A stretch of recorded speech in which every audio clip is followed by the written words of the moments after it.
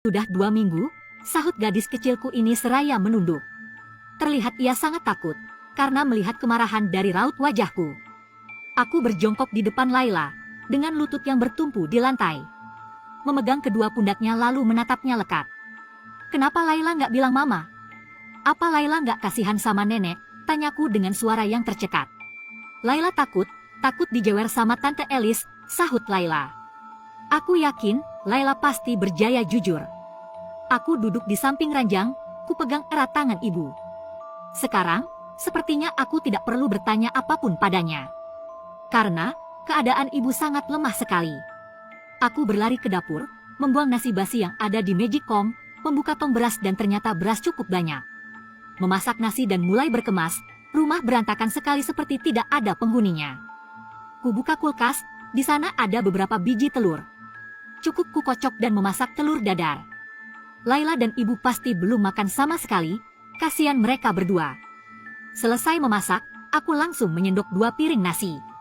Telur dadar tadi ku bagi 2, 1 untuk Laila dan 1 untuk ibuku. Menyeka air mata, berjalan menuju kamar. Memberikan 1 piring nasi untuk Laila, sementara ibuku suruh bersandar pada sandaran ranjang dan aku mulai memberinya. Makan. Bu, apa yang terjadi sebenarnya? Tanyaku. Tampak nafas ibu terengah-engah, ia sepertinya sedang sesak nafas. Ku berikan kembali air putih untuk ia minum sampai nafasnya benar-benar stabil. Ibu tahu, kakak dan suamimu berselingkuh. Ibu ingin memberitahu kamu, tetapi ibu ketahuan sama mereka berdua, ucap ibu dengan suara yang begitu lemah. Ya Allah, jadi pakaian yang berserak di dalam kamar itu adalah pakaian mereka berdua. Aku merasa tidak percaya. Mbak Elis yang selama ini menjadi andalan dan kepercayaanku untuk menjaga ibu dan Laila, ternyata ia bisa berbuat sekeji ini. Sakit sekali rasanya mendengar kenyataan ini, akan tetapi aku tidak boleh lemah. Aku harus kuat, demi ibu dan juga Laila. Selesai memberi makan ibu, menyuruhnya untuk beristirahat. Aku pun langsung masuk ke kamar, memungut semua pakaian mereka. Membuangnya ke tempat sampah.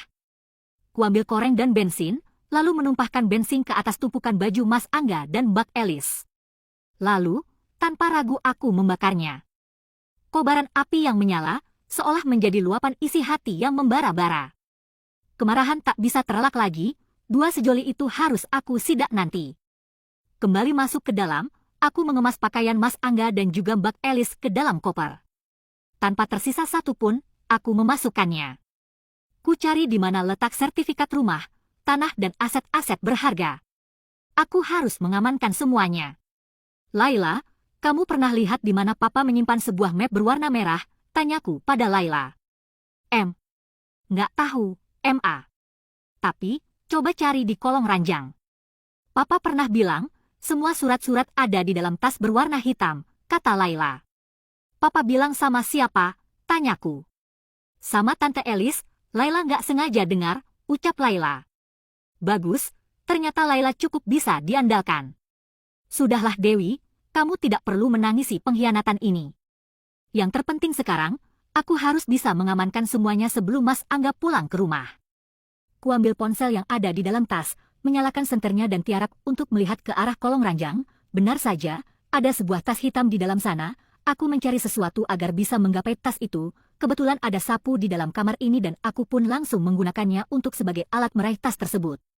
Butuh cukup banyak usaha, sampai akhirnya aku berhasil mengambil tas berwarna hitam tersebut. Aku langsung membukanya, melihat isi dalam tas tersebut.